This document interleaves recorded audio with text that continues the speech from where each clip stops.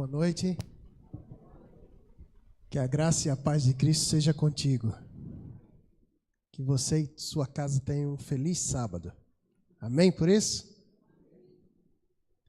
Porque Deus amou ao mundo de tal maneira que deu seu Filho unigênito, para que todo aquele que nele crê não pereça, mas tenha a vida eterna.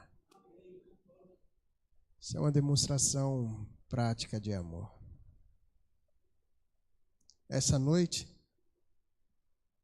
ou melhor, numa noite como essa, sexta-feira, início do sábado, estava um silêncio.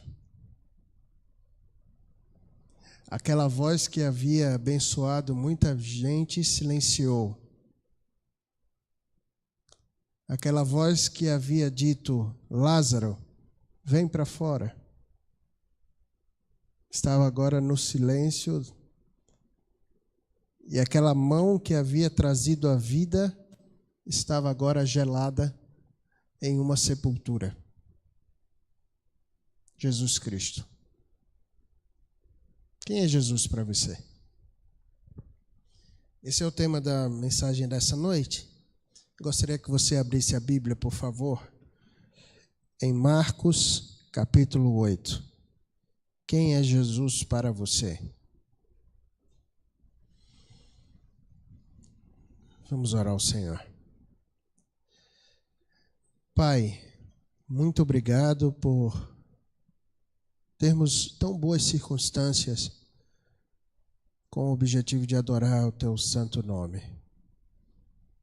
Eu e meus irmãos estamos aqui numa igreja com liberdade de adoração, louvando o teu nome e ouvindo louvores agradáveis a ti. E agora paramos para abrir a tua palavra com o objetivo de que o Senhor fale conosco. Mais uma vez nossa mente está aberta e nosso coração está receptivo à tua palavra. Ensina-nos através do Espírito Santo. Em nome de Jesus. Amém. Quem é Jesus para você? Leia comigo que está no capítulo 8, verso 27. Jesus e os seus discípulos dirigiram-se para os povoados nas proximidades de Cesareia de Filipe. No caminho, ele lhes perguntou: quem o povo diz que eu sou? Eles responderam: alguns dizem que és João Batista, outros Elias, e ainda outros um dos profetas. E vocês? Perguntou ele: quem vocês dizem que eu sou? Pedro respondeu: tu és o Cristo. Jesus os advertiu que não falassem a ninguém a seu respeito. Mantenha a Bíblia aberta, por favor. Nós vamos voltar a ler. Mas perceba esse momento aqui na vida de Jesus e de seus discípulos. Perceba esse momento. Estava se aproximando, daqui a algum tempo, Jesus iria morrer ou ser morto, ou como foi dito, dar a sua vida. Ele já estava há algum tempo com os discípulos e eles poderiam, como de fato, não entender bem o propósito de Jesus, como de fato não entenderam. E Jesus faz uma pergunta, conversando com eles, que é muito comum as pessoas fazerem hoje em dia. Olha, o que estão dizendo aí sobre mim? Jesus não estava preocupado se estavam falando mal dele. Jesus estava querendo saber se entendiam quem ele era. E as 3 primeiras respostas mostram que não entendiam. Alguns achavam que era João Batista, que aliás havia tido sua cabeça decapitada E alguns duvidavam disso e diziam, olha, quem sabe foi João que ressuscitou, ou alguma coisa assim. Ou João não morreu e é esse aí. Enfim, algumas histórias por aí.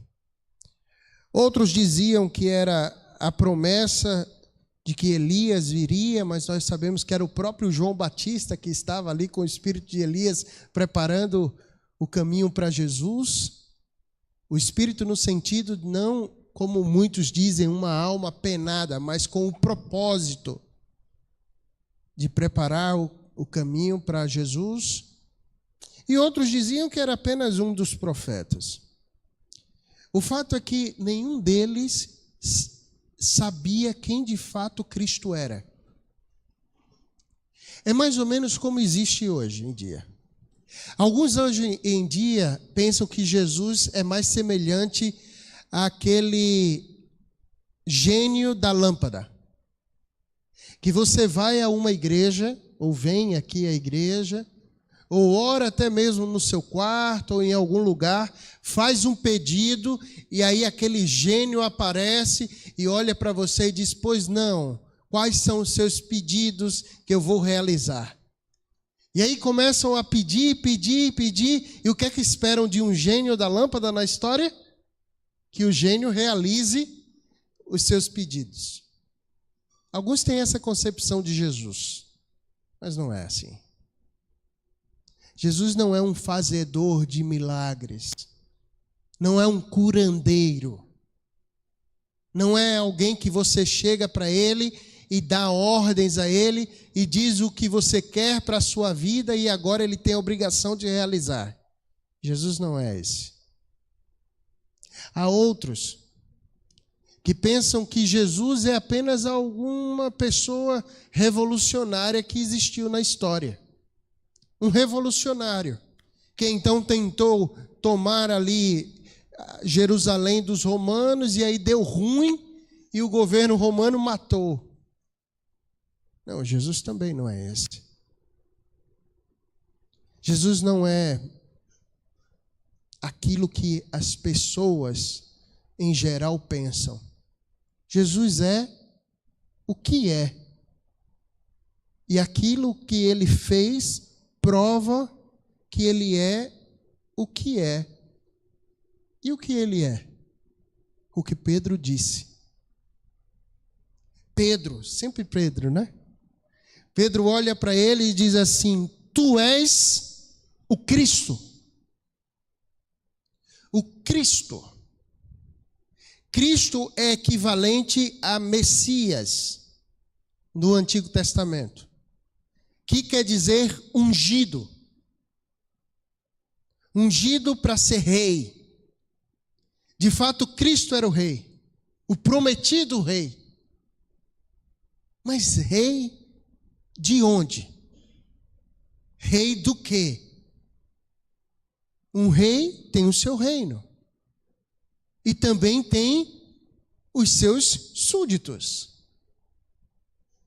Interessante que Pedro pensava que Jesus, não só Pedro, como outros, inclusive Judas, que Jesus seria o rei de Israel, expulsando os romanos dali, e então tomando conta daquele reino terrestre, e aí começasse através desse reino a dizer a outras pessoas do Deus vivo.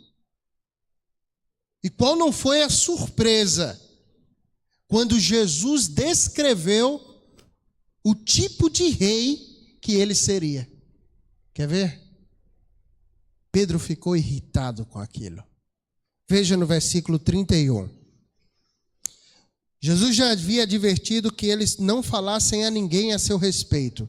E então, no versículo 31, começa aqui a explicação de que tipo de rei seria Jesus. Então, Jesus, ele começou a ensinar-lhes que era necessário que o Filho do Homem sofresse muitas coisas e fosse rejeitado pelos líderes religiosos, pelos chefes dos sacerdotes e pelos mestres da lei. Fosse morto, e em 3 dias depois ressuscitasse. Ele falou claramente a esse respeito. Então Pedro, chamando-o à parte, fez o quê? O repreendeu. Que coisa incrível! Jesus faz a descrição do tipo de rei que ele era e Pedro não aceita. Tipo, não. O Senhor está dizendo que o Senhor vai ser rejeitado? Não. Está dizendo que o reino religioso aqui, os líderes religiosos não vão te aceitar? Não. E para piorar, o Senhor está dizendo que vai ser morto. Pedro já estava com a mente tão turva, com a mente tão conturbada, que eu acredito que ele não prestou atenção que depois de 3 dias Jesus iria ressuscitar. Ele não prestou atenção em tudo que Jesus falou.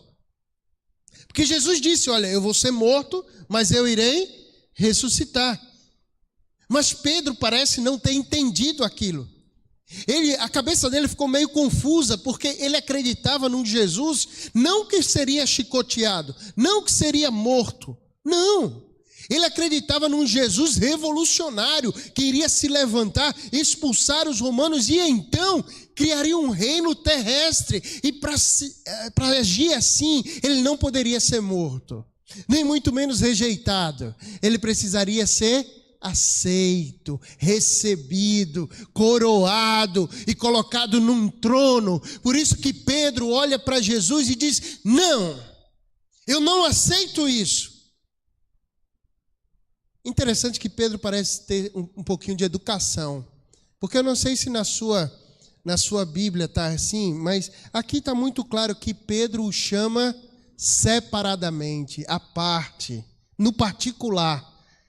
Pedro não quis repreendê-lo na frente de todo mundo. Eu imagino Pedro dizendo assim, peraí, Jesus, peraí, vem aqui comigo no cantinho, vem aqui, eu quero te conversar com você. E aí começa a repreendê-lo. A gente não sabe exatamente o que Pedro falou a Jesus, mas provavelmente foi uma repreensão muito dura, severa e direto àquilo, porque Jesus depois, eu imagino Jesus dizendo assim, tudo bem, Pedro, terminou? Terminei, Senhor. Aí Jesus faz o que está escrito aqui na Bíblia, veja só, verso 33, Jesus, porém, voltou-se, olhou para os seus discípulos e repreendeu Pedro, dizendo, para trás de mim, Satanás, você não pensa nas coisas de Deus, mas nas dos homens. Veja a diferença. Pedro chamou em particular, mas aquele não era um pensamento apenas de Pedro. Por isso que Jesus repreendeu a Pedro na frente de todos os discípulos. Para trás de mim, Satanás, você não pensa nas coisas de Deus, mas nas coisas deste mundo, nas coisas dos homens.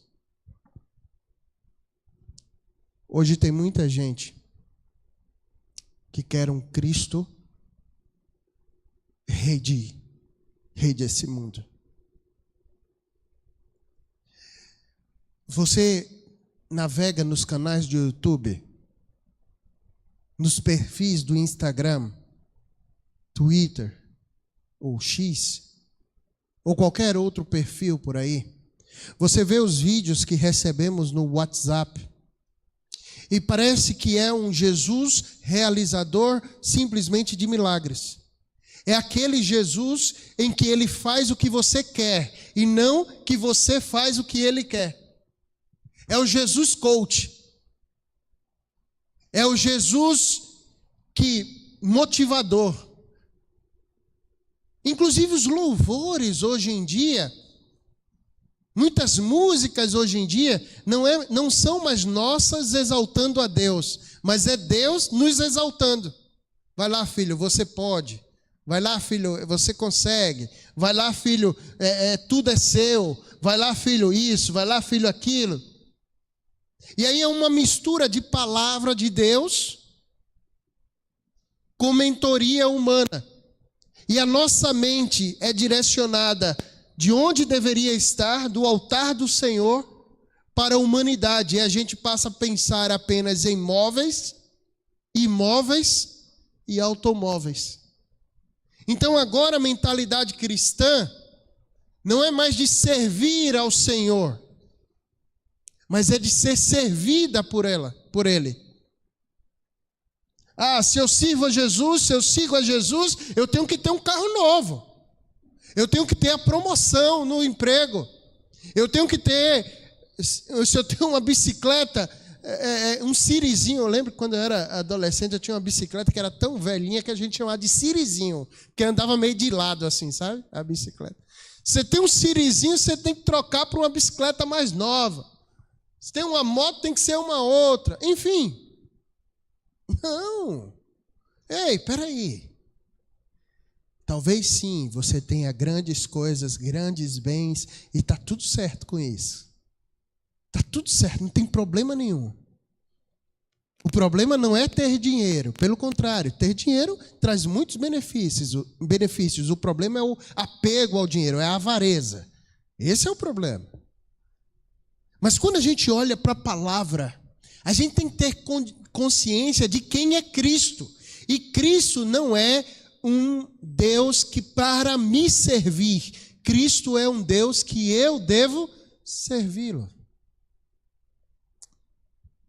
Eu fui fazer uma missão voluntária na Índia. Várias pessoas estavam ali.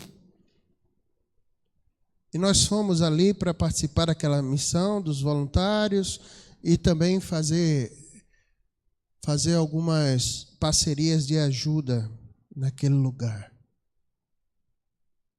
E um dia nós saímos para comprarmos algumas lembranças, comprarmos algumas coisas.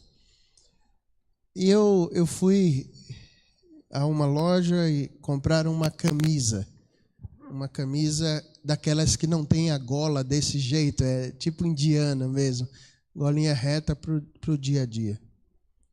E interessante que ali na Índia é um lugar muito religioso. Se você entra em cada loja tem um altar com um Deus que às vezes é um elefante, às vezes é um cachorro, vários. E algo me chamou a atenção. Na hora que eu paguei pela camisa, dei o dinheiro, o dono da loja pegou aquele dinheiro, colocou lá, fez uns gestos em frente ao altar do Deus dele e colocou na gaveta. Interessante, porque aquilo mostra que, da maneira dele, ele entendia que aquele comércio estava a serviço do seu Deus e aquele valor era o Deus dele que havia dado a ele. Hoje nós vivemos numa época em que parece que Deus tem a obrigação de dar aquilo que a gente quer. Mas Ele não tem a obrigação disso. Ele já nos deu tudo. Quando Jesus veio aqui à terra, e por isso eu pergunto, quem é Jesus para você? O fato dele nascer como ser humano já foi uma humilhação tremenda. Porque sabe quem era Jesus antes de nascer de Maria? Você sabe? Filipenses 2. Abra sua Bíblia, por favor. Filipenses 2. Talvez agora você tenha um pouquinho mais de noção de quem era Jesus quando nasceu, antes de nascer, e da grandeza do que ele fez. Aqui em Filipenses 2, o apóstolo Paulo fala quem era Jesus. Versículo 5. Filipenses 2, versículo 5. Diz assim: seja a atitude de vocês a mesma de Cristo Jesus, que embora sendo o quê? embora sendo o quê, irmãos? Deus, não considerou que o ser igual a Deus era algo que devia apegar-se, mas esvaziou-se a si mesmo, vindo a ser servo, tornando-se semelhante aos homens, e sendo encontrado em figura humana, humilhou-se a si mesmo, e foi obediente até a morte e morte de cruz. Você percebe o que as Escrituras revelam quem era Jesus? Jesus não era um ser humano como eu e você. Jesus era quem? Deus. E agora as Escrituras dizem que ele, tendo a forma de Deus, ele não se apegou ao fato de ser igual a Deus. Aí não diz que ele era um semideus, que ele era menor do que Deus.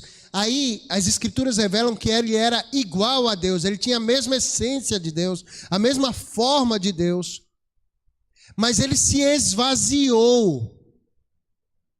Você quer saber o que significa isso? Se tornou menor. E como é que ele se tornou menor? Tomando uma forma. Que forma foi esta? De homem, de servo. Ele se esvaziou, ele desceu de onde ele estava e nasceu da Virgem Maria e teve uma vida de obediência. E nessa vida de obediência, ele nos ensinou a sermos, o que falamos ontem, dependentes do Senhor, de tal maneira que Jesus orava, aquele que um dia lhe fora igual. De tal maneira que ele olhou e disse assim: o Pai é maior do que eu. De tal maneira que ele foi obediente. E no Getsêmani ele disse assim: Pai, se for possível, afasta de mim este cálice. Mas qual era a forma de Jesus antes de nascer de Maria? Igual. Era igual. Ele não precisava de nada daquilo. Ele poderia ter se mantido na sua posição, mas ele olhou para uma humanidade caída, que não tinha esperança, que certamente já estaria destruída se não fosse a graça e misericórdia dele, que contém os ventos da terra, que contém as guerras que poderiam já ter surgido e dizimado a humanidade. Ele olhou para mim e para você, que separados dele, estamos completamente perdidos e não temos vida em nós mesmos. Nós não temos vida em nós mesmos. Eu e você não temos vida original. A nossa vida é derivada. E ela acaba. Ela acaba. Para alguns acaba logo. Para outros acaba ali com 90, 100, mas acaba. Mas quando Cristo criou o ser humano, ele não criou o ser humano para morrer. E nem criou para ser infeliz. E nem criou para sofrer. E nem criou para lutar com doenças. E nem criou para lidar com as mazelas dessa vida, não. Ele criou o ser humano numa condição perfeita, de intimidade com ele. Mas na independência, o homem se separou dele e essa relação rasgou. E agora o homem estava alheio da origem da vida. Aí ele olhou para essa humanidade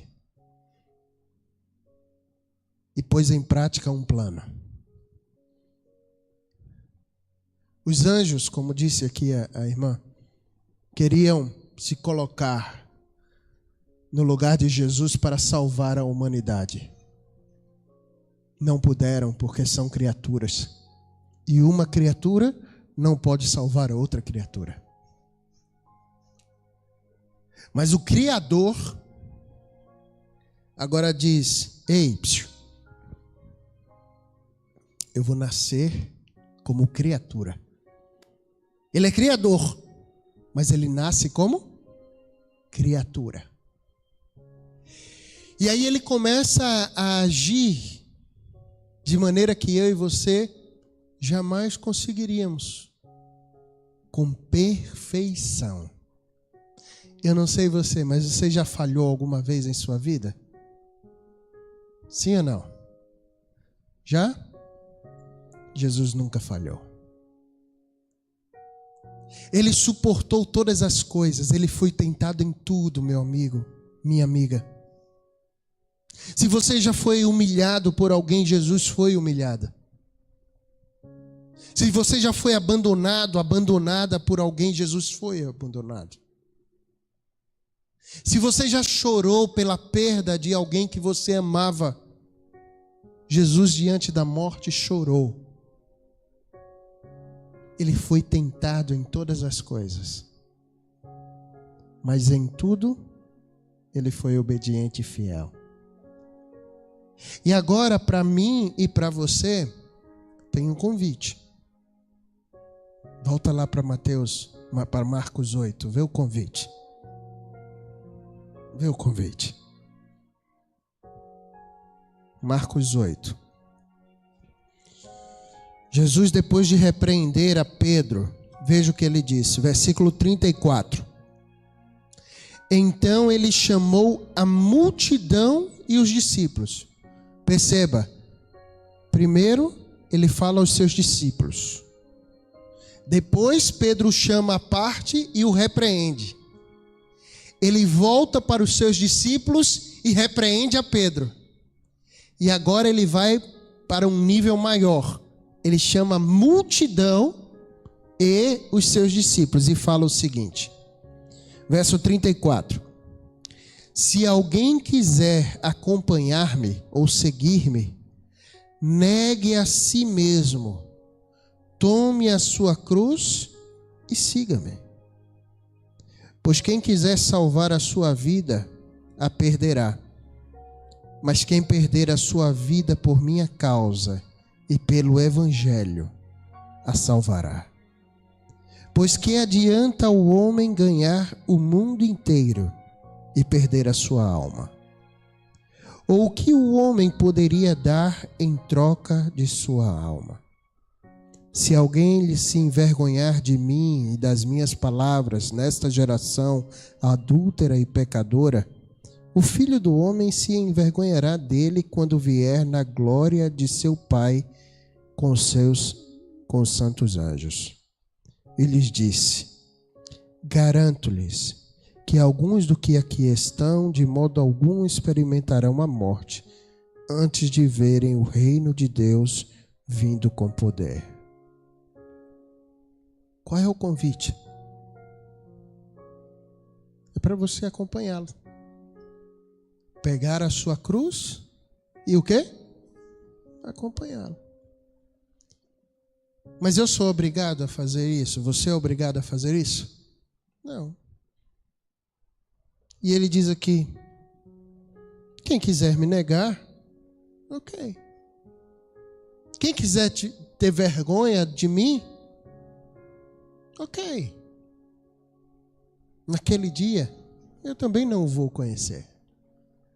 Mas se você me seguir, me acompanhar, diz Jesus, eu vou estar contigo todos os dias de sua vida. Ei, às vezes vai ser pesado carregar essa cruz. Mas se você perder a sua vida por causa de mim, você vai ganhar a vida. Porque aquele que quer salvar a sua vida, a perderá. Mas quem perder a sua vida por minha causa e pelo Evangelho, a salvará. Então deixa eu te falar uma coisa, filhinha de Jesus, filho de Jesus, de Deus, filho e filha de Deus. Vale a pena seguir a Jesus, não pelo que Ele nos dá, mas por quem Ele é. Vou repetir para você. Vale a pena seguir a Jesus não pelo que Ele nos dá, mas por quem Ele é. E quem é Jesus para você? Ele é o Cristo. Eu vou dizer para você quem é Jesus. Ele é o Cristo. Ele é o Salvador. É aquele que trouxe esperança quando não havia esperança. É aquele que trouxe vida quando não havia vida. É aquele que trouxe salvação para um mundo perdido. Quem é Jesus? É o meu e o teu Salvador. Acompanhe a Jesus. Siga a Jesus. Porque Ele morreu para salvar a mim e a você. Reflita na letra dessa canção. Enquanto nossa irmã estiver louvando, eu estarei orando por mim e pela sua casa e por você.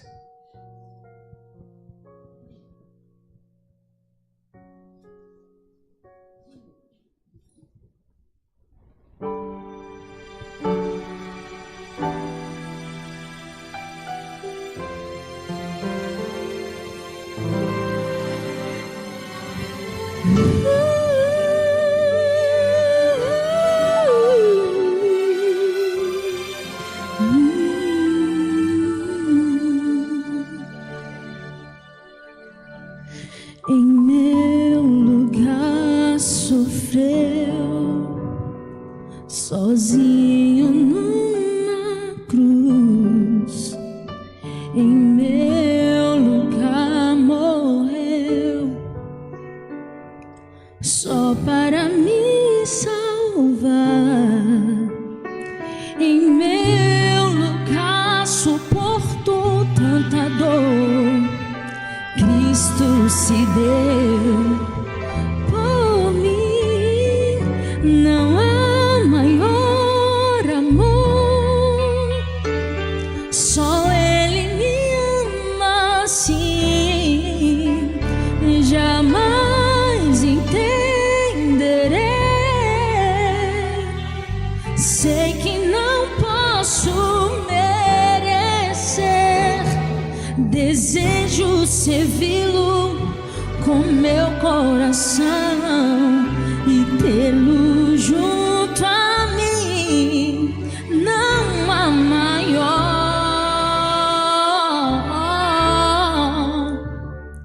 amor.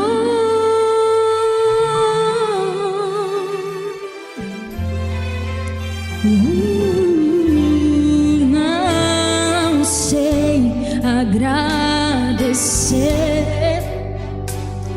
por esse imenso amor. Seus passos vou seguir enquanto eu viver.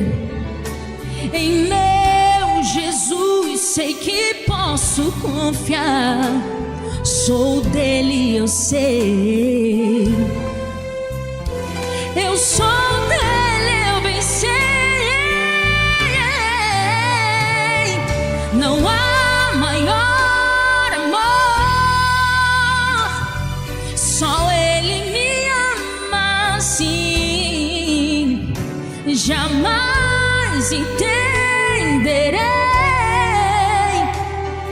Sei que não posso merecer. Desejo servi-lo com meu coração e tê-lo junto a mim. Ele é amor.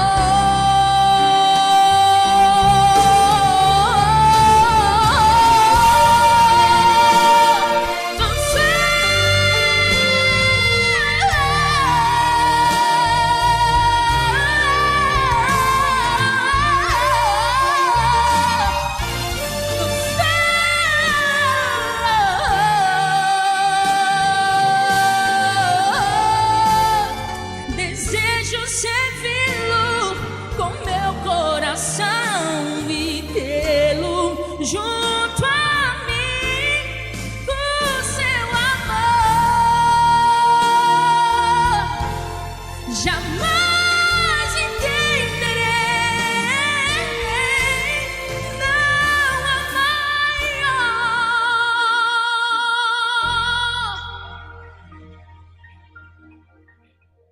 amor.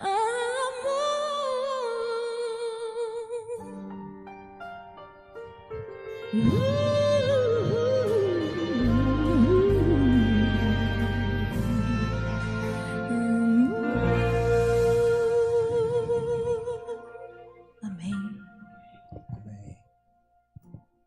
Jesus precisa provar mais alguma coisa pra gente? Hã? Ele nos ama. Ele já mostrou que nos ama. Ele está ao teu e ao meu lado. E talvez você passe por uma situação que eu já vi alguns passarem.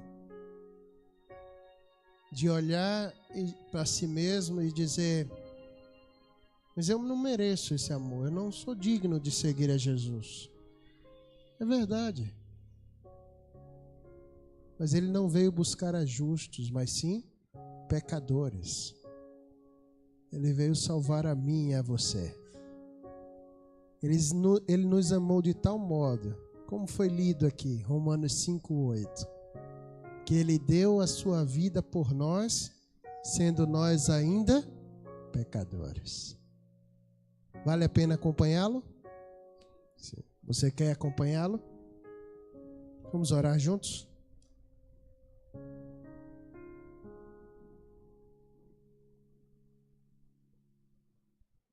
Vamos orar juntos. Senhor, que amor imenso, que entrega. Tu és o nosso Salvador, Pai. Tu és o Cristo, Salvador da humanidade. És o Verbo que se fez carne e andou entre nós e deu a sua vida por amor para a salvação da humanidade. Nessa noite nós estamos aqui unidos, relembrando este dia e refletindo de que sim, não precisas mais provar nada para nós, porque já provaste que nos ama numa cruz, entregando-se em nosso lugar. Louvado seja o teu nome. Eu sei que existem filhos e filhas tuas aqui que carregam cruzes, como eu também carrego. Mas, Pai, lembra-nos de que quem perder a vida por tua causa, na verdade, está ganhando a vida. E ainda que esteja difícil, não há nada que o Senhor não possa nos fortalecer para suportarmos. Pai, louvado e exaltado seja o teu nome. Traz paz ao coração de cada um aqui, da sua casa, da sua família. Nós oramos unidos e submissos ao poderoso nome de Jesus. Amém. Deus te abençoe.